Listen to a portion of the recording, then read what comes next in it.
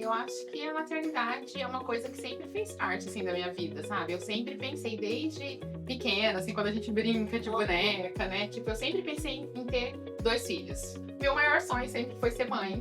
Tipo assim, eu casar, ter uma família e, né, eu tentei, tipo, eu engravidei, na verdade, 2 vezes, naturalmente, eu perdi de pouquinho. E depois, né, que veio a parte da inseminação in vitro. E então eu acho que eu consegui realizar o meu grande sonho, que era ser mãe. Por isso que hoje eu acho que eu tento ver o lado bom da vida, assim, o lado. Porque tem 2 caminhos. Tem o lado aqui escuro, digamos, só pedra, e o lado que tem a claridade, o sol. Eu prefiro tentar olhar para o lado mais claro, porque por mais difícil que seja, eu acho que traz uma leveza a gente tentar olhar pelo outro lado. Sua história de vida importa. Oi, pessoal! Hoje nós estamos iniciando mais um episódio do Imigrou. Estamos com a Edna de Oliveira, ela que veio contar pra gente um pouco da trajetória dela de imigrante aqui nos Estados Unidos, falar sobre o sonho de ser mãe, a busca pela maternidade, que foi um processo um pouco diferente do natural, não é, Edna? Sim. E também o desafio que ela se reinventou trabalhando com as redes sociais. Ela é uma digital influencer, influenciadora digital, que trabalha com os públicos dos Estados Unidos, Brasil e até de outros lugares. Edna, muito obrigada por estar participando conosco. Obrigada, eu que agradeço pelo convite, né? Pelo privilégio de estar aqui. Muito, muito obrigada. Quem é Edna de Oliveira? Uma pergunta. A Edna de Oliveira é uma mulher de 43 anos, que eu vim pra cá, pra esse país, com 19 anos, né? Passei minha vida mais aqui do que no Brasil. E vim pra cá solteira, porque eu já tinha, né, a minha irmã e meu irmão, que já moravam aqui, já estavam aqui.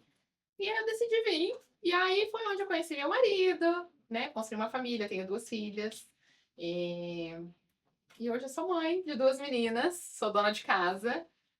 Tenho um canal no YouTube, então eu sou um pouquinho de cada coisa. Sim, é dona de um sorriso. Olha, gente, ela tá o tempo todo rindo assim, alegre, Obrigada. né, Edna? Eu me considero uma pessoa feliz, alegre, tipo, de bem com a vida. Dá pra perceber, você tem essa energia realmente. Eu gosto, eu acho que.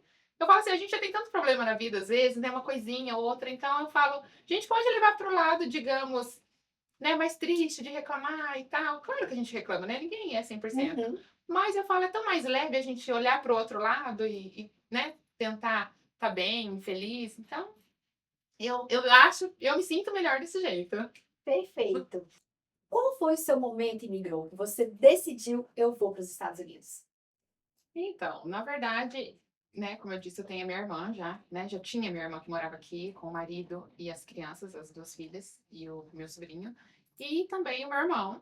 E então, tipo assim, ela sempre falava: "Vem pra cá, aqui é muito bom". E aí eu não queria, tipo assim, não pensava nunca pensei em vir pra cá. Mas aí de tanto ela chamar: "Vem, vem". Aí na época eu até tinha arrumado um trabalho para trabalhar no banco do Brasil. E aí eu lembro, eu tinha 19 anos, e eu lembro que meu pai falou: "Ai, não vai não. Tipo assim, agora que você arrumou um trabalho bom, tal, não sei o quê". Aí eu falei: "Ah, eu vou, eu já tô com a passagem comprada", porque eu até então decidi, comprei a passagem, tudo, e falei: "Eu vou". Eu falei: "Se não der certo, eu volto". Sim. E aí vim, tipo, cheguei aqui, como se diz, foi aquela coisa, tipo, tudo muito diferente, né?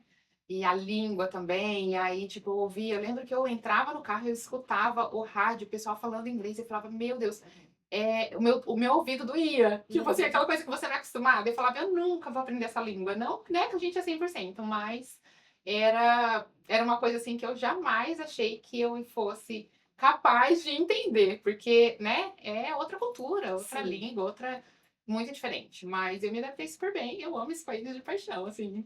Não amo o Brasil também, né, claro, que é nosso país, e não pretendo voltar embora, a não ser talvez na velhice, né, mas eu falo, eu não me vejo no Brasil, eu me vejo aqui mesmo, assim, Sim, você já construir, está né, adaptada nos Estados adaptada. Unidos, a rotina, você gosta das coisas Gosto. daqui. Quando você volta para o Brasil, você sente falta, assim, mercado, supermercado, como é organizado, você já sabe onde estão as coisas, as estradas, você fica com isso na cabeça? Você faz Eu acho comparações? muita diferença, acho muita diferença. Assim, não sei se é porque também eu vim pra cá muito nova, né, eu tinha 19 anos, então, quando eu morava no Brasil, eu tirei minha carteira, mas eu não cheguei a ter, que eu tirei com os 18, quando foi 19 eu já vim. Então eu não tive essa coisa de ficar indo no supermercado, fazer compras, essas coisas, essa vida adulta, digamos, que eu morava ainda com a minha mãe. Então ia, claro, no supermercado, mas para buscar alguma coisinha. Não era uma vida de dona de casa, né? De ter que fazer compra, estar atrás das coisas da casa. Mas até hoje que eu vou pro Brasil, eu vejo essa diferença. Eu falo assim, eu me sinto meio que um peixe fora d'água quando eu vou. Porque é muito diferente. Eu falo, nossa, aqui eu pego o carro, eu vou no mercado, que nem você falou, já sei exatamente onde tá as coisas. Aí no Brasil eu fico meio perdida. Assim, é claro que a gente acha, a nossa língua, não tem como você não achar, né? Você pergunta. Mas é umas coisas mais E às vezes não tem no Brasil o produto que a gente está acostumado a consumir aqui não. nos Estados Unidos. É, A gente já passou daquela fase de sentir falta dos produtos do Brasil. A gente é o inverso, sente falta dos produtos É, dos Estados Unidos. é verdade. Tipo, a gente que, né, até mora fora, tem a cidade aqui que a gente conhece, né, Newark, Sim. que é a cidade onde tem supermercados, coisas brasileiras.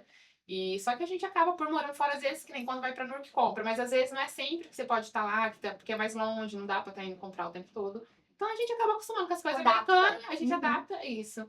E no final dá tudo certo. Sim. Aqui nos Estados Unidos, o que você mais gosta? O que eu mais gosto? Eu acho que é a segurança. Eu acho que, tipo assim, é um momento que eu acho, tipo, que não que eu não acho que o Brasil seja seguro. Claro que nosso, né, dependendo do lugar, dependendo do horário que você vai, em qualquer lugar do mundo, aqui também, dependendo do lugar, né, o horário que você vai. Mas eu acho que de você poder usar um telefone, de você poder usar uma joia, no Brasil, dependendo do lugar, você tem que ver onde que você usa, porque, né, tem esse negócio de quebrar o Casa vidro do sem carro. muro. Exato, as casas, exatamente. Uma boa colocação aí. As casas aqui não tem muro, não tem portão. E aqui ninguém pode, tipo, né, entrar no seu quintal sem a sua permissão. Então, eu acho isso uma grande vantagem, assim, pra gente. Pros nossos filhos, né? Eu acho que é uma, é uma coisa muito boa que a gente pode proporcionar pra eles, assim. Poder viver sem Poder esse viver medo, sem né? esse... É Porque isso. por mais que o Brasil tenha lugares de segurança, Sim. eu acho um país que tenha é crítico Sim. isso, em geral, principalmente nos grandes centros, assim. A parte da segurança é um ponto crítico. Uhum. Não tenho receio de falar, não. Realmente É verdade.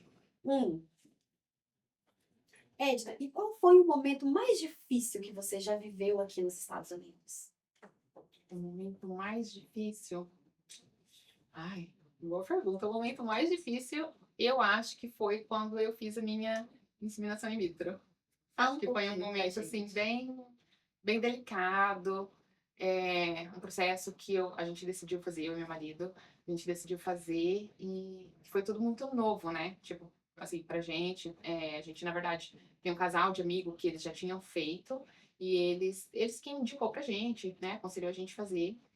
Então foi uma fase assim que eu conheço muita gente, só que assim, amigos de estarem dentro da minha casa são muito poucos. E nessa época, eu lembro que até a minha câmera girl que filma os meus vídeos pro YouTube, ela morava aqui e aí eles decidiram ir embora pro Brasil. Então, a gente era muito próxima uma da outra, a gente é até hoje, né? A gente somos, mas é uma parte, assim, que ela foi embora naquele momento, aí eu tinha uma outra amiga também, e aí então foi uma época bem difícil, assim, pra mim, tipo, Que acumulou.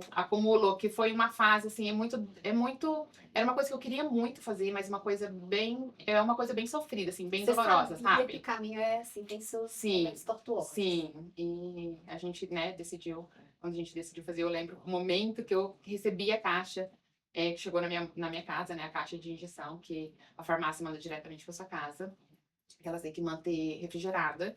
Então foi um momento assim que quando eu vi aquele monte de injeção, eu me assustei, assim, eu comecei a chorar. E eu falava, nossa, eu não vou dar conta, tipo assim, é muita injeção. E então, tipo, meio que foi uma bola, assim, sabe? Tipo, nossa, do apoio, por mais que eles estavam longe, por mais que a gente conversava, mas era o apoio que eu tinha todos os dias, né? Tinha o apoio do meu marido e as minhas amigas mais próximas, então foi um momento bem delicado, assim, sabe? Acumulou, né? Acumulou. Você, de certa forma, fisicamente ficou distante da sua amiga e Sim. recebeu essa nova parte desafiadora que seria Sim. o processo da inseminação. Sim. Sim. Aqui nos Estados Unidos, você já teve que fazer coisas, principalmente assim na parte profissional, que você nunca pensou em fazer no Brasil? Que você fala, eu não era meu plano estar fazendo isso? Ou não? Na verdade, eu já fiz de tudo um pouquinho aqui, assim, porque que nem eu vim pra cá, eu tinha 19 anos, eu não fiz faculdade no Brasil, né, não estudei, né, até o terceiro colegial, e então eu vim pra cá não tinha em mente o que que eu iria fazer, tipo, o que que seria, eu só vim. Uhum. E aí eu trabalhei no bar, eu trabalhei de faxineira, eu trabalhei de babá. Então eu acho que de tudo um pouquinho eu já fiz.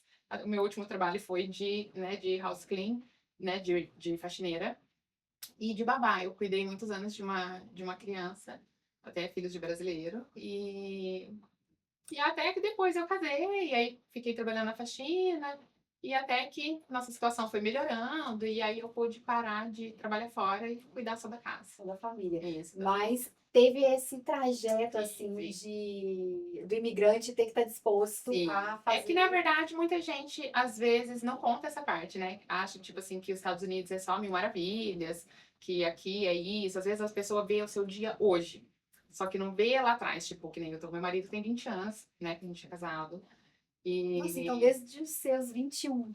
Fiz meus 21 anos. Gracinha. Aham. Então a gente é um casal tem 20 anos. E, tipo assim, a gente dormia numa cama de solteiro. Então, assim, né, graças a Deus, trabalhando e indo, né, a gente foi evoluindo.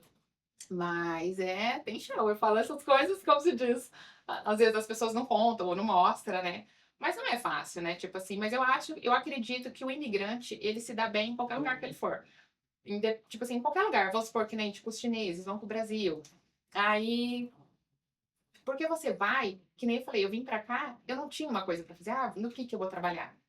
Você não tem uma coisa certa. Apareceu, você vai. Eu preciso trabalhar e você É vai. um pouco que falam na mitologia que queimou os navios, né? Você queimou o navio, não tem mais o que fazer, não tem caminho de volta até Exatamente. certo ponto. O Uhum. Brasil vai estar sempre ali. Sempre lá, Mas a é. gente, depois que você vê um outro universo, você de certa forma não se encaixa mais no outro. Então, o navio É é muito de certa forma queimado. E isso é muito diferente. Eu falo assim que nem, né, gente que é do Brasil, né, quem mora no Brasil sabe disso, que no Brasil tem feriado para, final de ano, né, a pessoa... E, tipo assim, você trabalha ali, você é registrado, você ganha e tal. Aqui não, aqui né, não tem esse negócio, né, de ser registrado. Aqui se você trabalha, você ganha. Se você não trabalha, você não ganha. Então, tipo, o que apareceu, você vai. Você precisa trabalhar, você precisa do dinheiro, porque as contas, né, a gente não compra aqui, não consegue comprar. As grandes cidades também no Brasil comprar fiado, marca aí, depois eu pago. Não existe isso. Se você tem o dinheiro, você compra. Então, eu acredito que o imigrante, em qualquer lugar do mundo que ele for, eu acho que ele se dá bem, porque eu acho que o imigrante ele vai pronto para trabalhar, independente raça, né? para o que seja. Eu acho que ele tá pronto e eu acho que é isso. Tipo assim, eu acho que todo mundo pode, né? Ô Edna, e você sendo assim, tendo uma história, né, de um imigrante, um casal de imigrantes que prosperaram juntos, você olha pra trás, você tem orgulho da história de vocês, assim, Sim, é uma muito. coisa que esquenta seu coração, falar, nossa, aquela cama de solteiro que a gente dividia foi fundamental? Eu acho que foi. Eu acho que a gente aprende muito, né? E eu acho que a gente aprende muito, né? Tipo, e até chegar onde tá. Eu falo, é bom a gente lembrar das nossas raízes também, saber de onde a gente veio e não esquecer isso, porque eu acho que isso faz parte da nossa história. E você já conta essas histórias assim para suas filhas? Eu conto muito. Elas gostam de Principalmente pra escutar? Valentina, minha mais velha, que às vezes, tipo assim, eu tenho uma pessoa que me ajuda, né, em casa, que elas estudam em escolas diferentes, em cidade diferente, então, e saem no mesmo horário. Então, assim, não tem como, mesmo que eu quiser, não tem como eu estar na escola das duas ao mesmo tempo pra pegar. Uhum. Então, enquanto eu busco uma, a minha funcionária busca a outra. E às vezes ela fala, mas eu queria que você fosse me buscar. Eu falo, filha, dê graças a Deus que olhe, né, que a gente, primeiramente a Deus, em segundo seu pai que pode trabalhar e ter o dinheiro pra gente pagar uma pessoa pra ter, porque muitas crianças não têm quem buscar na escola, tem que caminhar a pé, às vezes na neve, no frio. Então, assim, seja grata pelo que você tem. Sabe, eu sempre tento mostrar isso pra ela, falar, né, passar isso pra ela. E eu falo da minha própria história, porque, tipo assim, a minha mãe trabalhava. Então, tipo assim, minha mãe, meu pai, né, a vida inteira trabalhou. Então, eu ia pra escola sozinha, tipo, eu voltava sozinha. Então, eu falava, eu mesma não tinha ninguém pra me levar e buscar. Então, eu falo, né, eu tento mostrar pra ela, pra que ela seja uma pessoa grata na vida e veja a diferença. Sim, dê valor, né? Dê valor, Sim, que é uma exatamente. geração, eu sou mãe também, então Uhum. a gente tem que ter muita atenção, porque eles É não difícil. tem tudo. Aham. Ainda mais aqui nos Estados Unidos. É. Então é um desafio para nós É um também. desafio. Porque é tão bom falar assim e tão mais muito. fácil. Uhum. Né? É bem isso mesmo. Eu falo assim, não é fácil, né? Eu falo que acho que ter filhos, assim, eu acho que até não importa, que nem às vezes fala, quer ter vários filhos e tal, mas eu falo assim, não é só você ter o filho, né? O filho dá trabalho, mas no sentido não é que, ai, nossa, dá trabalho, o filho é ruim, não é isso. Mas é que exige dedicação, exige Sim. tempo, você precisa tá ali, né? Ensinar, tentar passar. Eu falo, educar é difícil. Sim, concordo, é um desafio. É um É o desafio. exemplo, eu acho que é a Sim. melhor ferramenta. Edna, e só conta pra gente, só pra gente colocar um pouco de romance aqui nessa conversa, como foi conhecer seu marido, se apaixonar? Fala pra gente um pouco sobre essa parte. Ah, meu marido, na verdade, ele é brasileiro também, né? E ele é mineiro, de Poços de Caldas. E eu sou do interior de São Paulo. E a gente se conheceu aqui. A gente se conheceu aqui. Eu trabalhava em um bar, restaurante que tinha em Newark, que acho que até existe ainda, que chamava Primabel. Acho que existe ainda. E aí ele ia almoçar lá direto. E aí a gente acabou ficando amigos. E na época eu namorava e ele também namorava. A gente era só amigos. E depois acabou aqui, cada um terminou e aí acabou Falando saindo como sobre amigo isso, ainda. A gente continuou saindo como amigos ainda. E acabamos, como se diz, juntando. E aí começamos a namorar. Fomos morar junto, moramos junto por um ano. E aí depois a gente resolveu casar. Ah, que lindo! É bom dividir, não é? Sim. Essa jornada de imigrante, É. porque vocês estão juntos assim há muitos anos, né? Muitos anos, 20 anos. 20 anos, é assim. Já. Hoje em dia não é uma coisa comum, né? Você Não. manter um relacionamento É difícil, desde né? os 21 anos. Você acha que os desafios que vocês passaram contribuiu para que vocês estivessem juntos hoje? Eu acho que sim, a gente sempre foi muito parceiro, assim. Vamos fazer isso? Vamos viajar? Vamos. Tipo, muitas coisinhas. Hoje mudou até muitas coisas, até por conta das crianças, né? Tipo, que tem uma rotina, vai pra escola, então não tem como estar saindo o tempo todo. Mas às vezes eu tava em casa, limpando a casa, e ele ligava, tipo, o que você tá fazendo? Eu falava, eu tô lavando roupa, limpando a casa. Arruma as malas de tarde, hora que chegar, vamos pra tal lugar? O que você acha? Eu falava, vambora. Tipo, terminava de arrumar rapidinho, a gente já fazia as malas, ele chegava, tomava banho, e a gente pegava o carro e ia embora. Então a gente sempre foi bem parceiro, assim, tipo, bem bom. companheiro. Então é um segredo também, né? Sim. Tá Tipo, certo. vamos jantar? Tipo, até hoje, assim, às vezes, tá fazendo alguma coisa de comer lá, tal. Vamos comer em tal restaurante hoje, o que que você acha? Vamos, desliga as panelas e bora lá. Eu acho que tem tanta coisinha, assim, que dá pra gente deixar, né?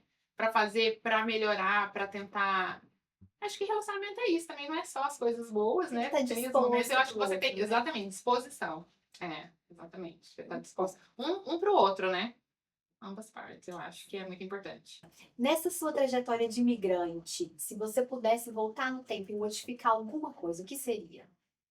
Modificar alguma coisa? Eu acho que eu não modificaria nada, não. Não? Eu acho que não. Foi feliz nas escolhas? Sim, eu acho que foi. Tipo, que nem eu falei, eu acho que é tudo alguma coisa assim. Vamos fazer, vamos. Tipo, Aprendizado. tudo eu acho que na vida é Bom. aprendizado. Eu acho que antigamente eu até pensava assim, nossa, me arrependi de ter feito isso. Só que eu acho que a gente precisa passar por certas coisas pra gente aprender e ver que, tipo, isso é bom, isso não é. Eu acho que tudo na vida é aprendizado. E você se considera uma mulher de sucesso? Eu me considero. Ah, Super me considero. como é? Quais partes, assim, você acha que passa por ser uma mulher de sucesso? Eu Por acho poder que, falar tão empoderada. Eu sou uma mulher de sucesso. eu acho que eu sou, porque, que nem eu falei, meu maior sonho sempre foi ser mãe. Tipo assim, eu casar, ter uma família. E, né, eu tentei, tipo, eu engravidei, na verdade, 2 vezes, naturalmente, eu perdi de pouquinho. E depois, né, que veio a parte da inseminação in vitro. E então eu acho que eu consegui realizar o meu grande sonho, que era ser mãe. Então eu sou muito realizada, eu sou muito feliz e acho que eu sou uma pessoa de sucesso. Com certeza é. Só de ter esse sorriso o tempo todo, a Obrigada. verdade é essa. Não tem como uma pessoa assim não ser de sucesso. Eu acho que, tipo, o sucesso é aquela coisa, a gente tem que. Se você tem um desejo, acho que no seu coração, né, aquela vontade, eu acho que você tem que tentar. A gente não sabe se vai dar certo ou não. Mas eu acho que se a gente não tentar, a gente não vai saber, né? Sim. Porque o não a gente já tem. Então. E a vida é breve, né? Muito Parece que não. Tem Muito gente já breve. centenária, Uhum. mas é breve. Então eu acho que eu sou, sim. Eu me considero. Edna, você já falou várias vezes aqui que o sonho da sua vida era ter uma família e ser mãe. Sim. Fala pra mim um pouco sobre esse seu desejo pela maternidade. Eu acho que a maternidade é uma coisa que sempre fez parte, assim, da minha vida, sabe? Eu sempre pensei desde pequena, assim, quando a gente brinca de boneca, né? Tipo, eu sempre pensei em ter 2 filhos, né? 2 filhos ou 2 filhas. E então eu sempre pensei em casar, ter uma família, ter filhos. E aí eu engravidei, né? A gente casou, eu engravidei. E aí eu perdi logo no comecinho, né? No início da gravidez eu perdi. Aí passaram, tipo, 5 anos, eu engravidei novamente e tornei perder o bebê. De pouquinho também. E aí depois eu meio que. A gente falou, ai, vamos tirar da cabeça, vamos curtir a vida. E tirando da cabeça, ficamos nessa vida de, né? Trabalhar, viajar, se curtir. E aí não acontecia, a gente fica naquela, nossa, meus amigos, todo mundo tem filho, quando vai chegar minha hora? Oh, meu Deus, quando vai chegar minha hora? Será que um dia eu vou poder realizar esse sonho? E você não se prevenia. Não se prevenia. E aí, fui no médico, tudo, a gente fez exames, aí o médico falou que eu tinha ovulação, mas a ovulação meio que não era o suficiente, que eu não ovulava todo mês. E aí até comecei a tomar um medicamento para ajudar na ovulação. E aí o meu marido também tinha um probleminha que, vamos supor, ele tinha muita quantidade em espermatozoide, mas eles eram fracos, eles nadavam, mas não conseguiam chegar lá. Então juntou um probleminha meu com um probleminha dele, que aí acabou dificultando isso. E aí foi até que a gente deixou pra lá, ficamos curtindo a vida. E aí eu tinha feito uma viagem pro Brasil, voltei. E aí quando eu voltei, eu falei, nossa, né, tô com 34 anos e eu acho que a gente mulher, né, a gente sabe que é um reloginho que tá correndo contra o tempo pra mulher, né? Pro homem, tipo assim, o homem não tem esse problema, né, de ser pai mais velho, mais novo, mas a gente mulher sim. Então, eu comecei a ficar mais preocupada por conta da idade. Então, eu falei, eu acho que a gente tinha que ver, tal. E meu marido, não, vamos dar uma olhada então. E a gente tinha esse casal de amigo, que eles são judeus até, e que ela indicou nessa clínica. E a gente foi procurar, né? Marcou uma consulta e a gente foi para ter a consulta para se informar melhor. E a gente decidiu na mesma hora fazer, quando o médico falou. Ele falou: olha, né? A maioria das pessoas, não todo mundo, mas a maioria das pessoas, elas acham que a inseminação, porque existe 2 tipos, né? Existe a inseminação e a inseminação in vitro. Edna, e como foi essa busca por informação, a primeira consulta com o médico? Então, na verdade, não tinha muita informação, sabe? Era tudo muito novo pra gente. Só tinha esse casal, né? A gente tinha um casal de amigo que tinha feito já. E só que até então a gente nunca tinha conversado sobre os pequenos detalhes, como funcionava. E aí a gente resolveu marcar consulta e ir lá. E aí o médico explicou pra gente, olha, né, existe 2 tipos, porque na minha cabeça existia só inseminação. Pra mim era um tipo só.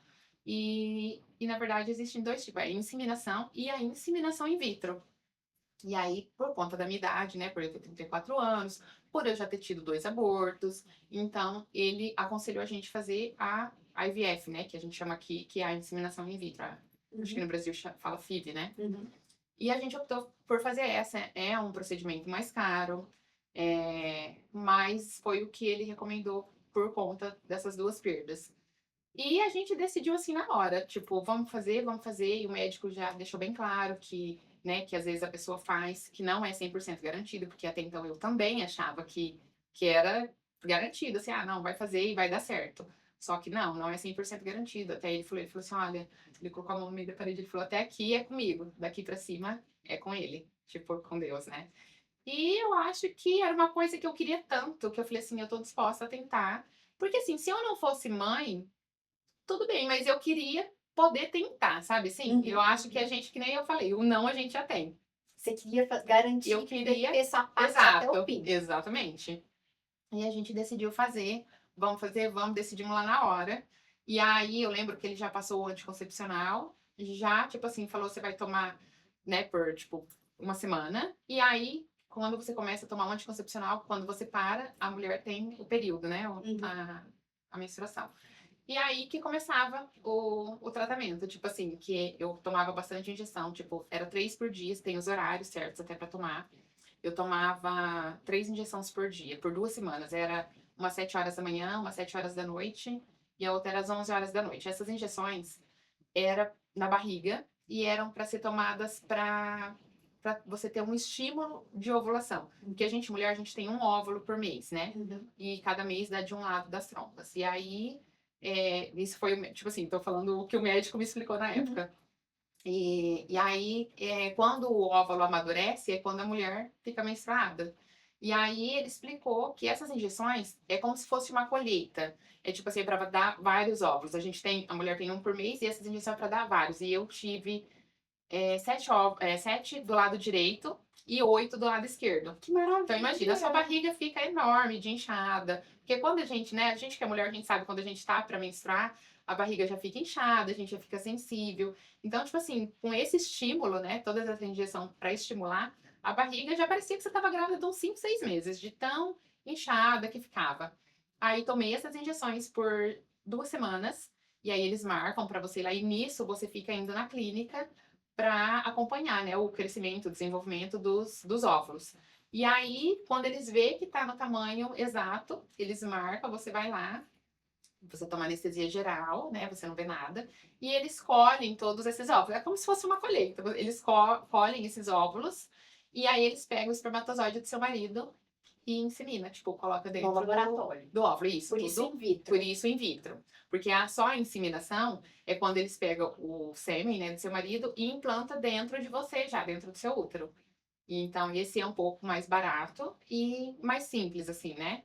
E a in vitro é um pouquinho mais complicada, tem, né, essa é a diferença. Essa manipulação maior. Isso. E aí a gente, né, fez tudo, e aí tinha, o médico falou pra gente que tinha a parte que ou a gente poderia fazer com os embriões frescos ou com os embriões congelados. Que o embrião fresco seria em 5 dias, porque depois que ele insemina, ele fica em uma incubadora. E aí, fica por 5 dias. Nesses 5 dias, eles te ligam todos os dias para te dar um update de como que tá indo, né? Como Tem que que eles estão. esperar de toda forma. Tem que esperar pra 5 ver se dias. aconteceu a fecundação. Isso. Desses 7 e os 8 que eu tive, todos que eles inseminaram, 5 foram bons. Nesses 5 dias, né, que eles foram, eles ligavam todo dia, olha, tantos morreu porque uns são imaturo, outro não tava bom, e eles, né, vão te explicando. E aí, ao todo, 5 eram bons. Aí a minha primeira filha, né, a Valentina, ela foi meu embrião, tipo, melhor, assim, que eles escolheram, né, falou, esse daqui a chance de dar certo, melhor assim, a chance de pegar e dar certo seria maior. E aí, então a gente decidiu implantar um, e a gente decidiu implantar fresco também, porque quando o embrião ele é congelado, eles podem fazer estudo, se você quiser. Se a criança tem síndrome de Down, né, eles te dão, tem tempo para estudar. Só que aí a gente tinha que esperar, eu não lembro exatamente os dias, quantos dias assim, mas era aproximadamente um mês no meu próximo ciclo. E aí, só que eu pensei, eu só pedia para Deus um filho, independente do sexo. E aí eu falei, por que estudar um embrião? Porque assim, se eu ficasse grávida natural, Deus ia me dar, né? Tipo, ia me mandar o que viesse. Tanto do sexo, ou se tivesse síndrome de Down, tipo, pra mim tanto faz. Eu só queria um filho.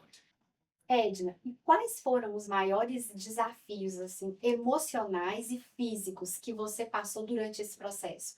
Desde a sua decisão até a confirmação da gravidez. Ai, é bem intenso, assim, porque, que nem eu falei, como eu já tinha tido 2 perdas, e o médico já tinha falado que não era 100%, e aí você toma aquele monte de injeção, né? Então, tipo assim, Fica inchada. você fica inchada, você fica sensível, é muito dolorida, porque até depois que você toma essas injeções da barriga, que é pra ter os óvulos, né? Você toma ainda as progesterona em óleo, que essas são as doídas, que essa você toma na bunda, tem que ser dentro do músculo. Então, tipo assim, a agulha, além de ser grande, ela tem que ser grossa para não quebrar. E injeção em óleo dói muito, né? Nossa. E tinha os horários, eu tinha que tomar todos os dias durante 3 meses. E que essas injeções era para ajudar a segurar o bebê, para você não, para não ter o risco de perder. E aí eu tomava todos os dias e tinha um horário que era 8 horas da noite. Então eu tinha todo um trajeto, assim, tipo, na minha cabeça o que era melhor era tomar um banho, que o banho ele me relaxa. Então era tomar banho, aí eu ia, e o meu marido mesmo que aplicava as injeções em mim. Nossa. Ele já sabia ou ele aprendeu Não, pra esse eles processo? ensinam na clínica, né? Que na verdade, essa clínica é uma clínica de fertilidade, né? E eles, até você completar os 3 meses de gravidez, eles que fazem o acompanhamento. Aí, quando você completa os 3 meses de gravidez, aí que você vai pro seu Obstetra. ginecologia. Isso, pro seu obstetra. Hum. E na parte emocional, assim, essa ansiedade de, meu Deus, será que vai dar certo? Porque você já tomou um monte de injeção, até aí já tem um estresse. Não sabe se vai ter óvulos úteis. Uhum. Aí faz a inseminação in vitro. Até chegar esses 3 meses, como foi? Como você administrou Foi isso? bem complicado, assim, esse Você comecinho, chorava? sabe? Na verdade, eu não chorava. Eu chorei quando eu recebi a caixa, né, na minha casa da farmácia, quando a farmácia entregou a caixa com as injeções antes de eu começar o tratamento. Quando eu recebi, eu chorei, que eu falei assim, nossa, eu não vou dar conta. E aí eu acho que ficou uma coisa tão pesada, por isso que hoje eu acho que eu tento ver o lado bom da vida, assim, o lado. Porque tem dois caminhos. Tem o lado aqui escuro, digamos, só pedra, e o lado que tem a claridade, o sol. Eu prefiro tentar olhar para o lado mais claro, porque por mais difícil que seja, eu acho que traz uma leveza a gente tentar olhar pelo outro lado. E aí eu lembro que eu falei assim, por quê? Eu comecei a me perguntar, tipo assim, se tantas mulheres passam por isso, E se eu dão sonho e dá conta. conta e tenho filho, por que que eu não vou dar? Eu não sou mais do que ninguém, mas eu também não sou menos do que ninguém, tipo. Então eu falei, I can do it, tipo, eu vou fazer e eu vou conseguir. E aí quando eu comecei a enfrentar de frente, né, não digo o problema, mas a minha solução, né, o meu Trajeto, né? trajeto, eu acho que foi bem mais fácil. Sabe, eu não via a hora de chegar o dia, de começar a tomar as injeções, porque eu falava menos um dia, menos um dia. Já E estava no caminho. O já estava no movimento te caminho. trouxe a tranquilidade, E você acha? aí não foi muito fácil, assim, porque antes de completar, né, os 3 meses, a gente, né, resolveu um dia encontrar um casal de amigos do Brasil que tinha vindo passear. E a minha cunhada até estava aqui passeando do Brasil. E a gente decidiu ir num restaurante em Nova York. E aí a gente foi rapidinho, só para jantar mesmo. E eu acabei, na hora que eu levantei da cadeira para me servir, eu tive um sangramento enorme, tipo assim, de lavar o chão do restaurante, assim, na parte ali que eu tava. E aí a gente ficou sem saber se ia pro hospital lá em Manhattan, se a gente voltava. Só que em nenhum momento eu chorei, eu fiquei desesperada. Porque eu falava, eu já tive 2 perdas e na minha cabeça eu pensava, seja o que Deus quiser. Deus sabe o desejo do meu coração. E Mas se for isso a hora, vai depois ser que você que já não tinha for. feito a inseminação in Depois que eu vitro? fiz, eu tava na inseminação, eu tava grávida da Você Valentina. já estava Tava grávida da grávida. Valentina. E Ai, aí eu lembro que meu marido falou: vamos chamar uma ambulância, a gente vai pro hospital aqui em Manhattan. Eu falei: não, vamos pro hospital lá em New Jersey, perto da nossa casa, porque se eu precisar ficar internada, pelo menos a gente tá pertinho de casa. E aí ele falava: não, mas tipo, lá é um pouquinho mais longe. Isso aqui. Eu falei: tá tudo bem, tipo, vamos pro hospital lá, eu tô bem. E aí ele falava: mas você não tá com dor? Você não tá? Eu falava: não, tá tudo bem. Tipo, vamos pro hospital perto de casa. E aí a gente veio pro hospital perto, o mais próximo da minha casa. foi correndo? Sim, tipo, dá Um um pouquinho no desesperinho, assim, desespero. claro que da gente fica apreensiva, né? Aquele medo, tipo, tô perdendo, não tô, como eu já tive, né, as 2 perdas. Então dá, assim, a gente fica meio, né, tensa e. Só que aí chegamos no hospital, que aí, tipo, o médico olhou, o médico falou assim: olha, não tem muito que a gente possa fazer, 50% de você poder continuar tá grávida e 50% de você tá perdendo o bebê, porque antes, até 3 meses, não tem muito que Muito a gente. É muito pequenininho. Mas Não dava para tem escutar o muito o que coração? podia fazer. Então, aí eu lembro que quando a gente foi pra sala, né, que ele falou: ah, a gente precisa fazer ultrassom, a menina vai fazer, aí eu lembro que me levaram. E aí, quando fez na hora que tava fazendo a ultrassom, eu lembro que eu perguntei pra ele, eu falei: tá tudo bem? Aí ela falou assim: eu não posso te responder, tipo, é só o seu médico pra falar. E aí, bem nessa hora que ela acabou de responder, acho que na hora que ela passou, assim, eu ouvi o coração dela. Aí eu falei: ah, e ela ainda tá aqui, porque no final a gente ainda tem uma esperança, né? Eu falei: eu acho que eu tava perdendo, porque foi muito, tipo assim, a quantidade de sangue foi muito grande. E aí, só que assim, ao mesmo tempo, quando eu ouvi o coração dela, eu falei: ela tá aqui ainda, ela continua aqui. Então, em nenhum momento eu chorei. Eu fiquei ali, tipo assim, não, se for pra ser, vai ser. E, tipo assim, do mesmo jeito que eu já perdi, né, 2 bebês, se ela for pra ficar, ela ou ele, que até então eu não sabia o sexo ainda, vai estar aqui. E aí foi quando o médico falou: ah, não tem o que a gente possa fazer, não tem como te segurar aqui, você pode voltar pra casa e só fica de repouso, né? E aí eu lembro que a gente entrou em contato com a minha médica da clínica, né, onde a gente tinha feito, e ela falou assim: isso era num sábado. E ela falou: olha, amanhã é domingo, eu quero você 7 horas da manhã na clínica, porque eu quero ver como que tá. E aí a gente foi pra casa, tipo, né, fui tomar banho, descansar. No outro dia, 7 da manhã, eu tava lá na clínica. E aí eu lembro que ela fez o ultrassom, ela falou: Edna, a bebê tá aqui e tá tudo bem. Tipo assim, só que você tá com um hematoma bem grande por dentro, tipo, ela até me mostrou na ultrassom. Ela falou, o hematoma tá bem grande e você vai precisar ficar de repouso absoluto. Então, essa parte foi meio complicada, assim, sabe? Porque ainda Tipo, teriam 6 meses. sim, tinha uma longa estrada ainda pela frente. Mas eu falei, eu vou ficar, se precisa, eu vou ficar. E aí eu lembro que eu fiquei até o sangramento, né, ir diminuindo. E ela falou, você tá liberada para levantar da cama, para tomar banho, usar o banheiro e para ir nas consultas, né? Tipo assim. Mas eu não levantava da cama, tipo assim, eu levantava. E uma vez no dia eu descia, porque assim, o meu marido saía trabalhar de manhã e eu não tinha ninguém, né? Tenho a minha família que mora aqui, mas todo mundo mora longe, cada um tem sua vida, trabalha. Na época, minha irmã tinha voltado pro Brasil, ela não estava morando aqui. Então, era eu por ele e ele por mim, assim, para me ajudar, mas ao mesmo tempo ele tinha que trabalhar. Então, eu lembro que ele antes de sair para trabalhar, ele subia todo dia de manhã com uma bandeja. Aí lá ele colocava fruta, pão, coisas assim para mim comer, né? Tomar café da manhã e comer. E aí quando dava ali para as 2 horas da tarde, aí a gente ligava, pedia um almoço, eu descia, era a hora que eu almoçava. E aí eu deitava no sofá e ficava deitada no sofá de Não repouso, subia de não novo. subia mais, até ele chegar do trabalho. Aí quando ele chegava do trabalho, era a hora que a gente tinha janta, né? Que a gente ia jantar, ele trazia alguma comida da rua já, ou ele preparava alguma coisa ali pra gente comer. Ele mesmo dava uma ajeitada na cozinha e a gente subia, ele me ajudava a tomar banho e cama. 6 meses, assim. E aí, não, aí foi até eu completar os 5 meses. Quando eu completei os 5 meses, né, tipo assim, já não tinha sangramento mais. A médica falou, o hematoma ele continua aqui, mas ele diminuiu bastante.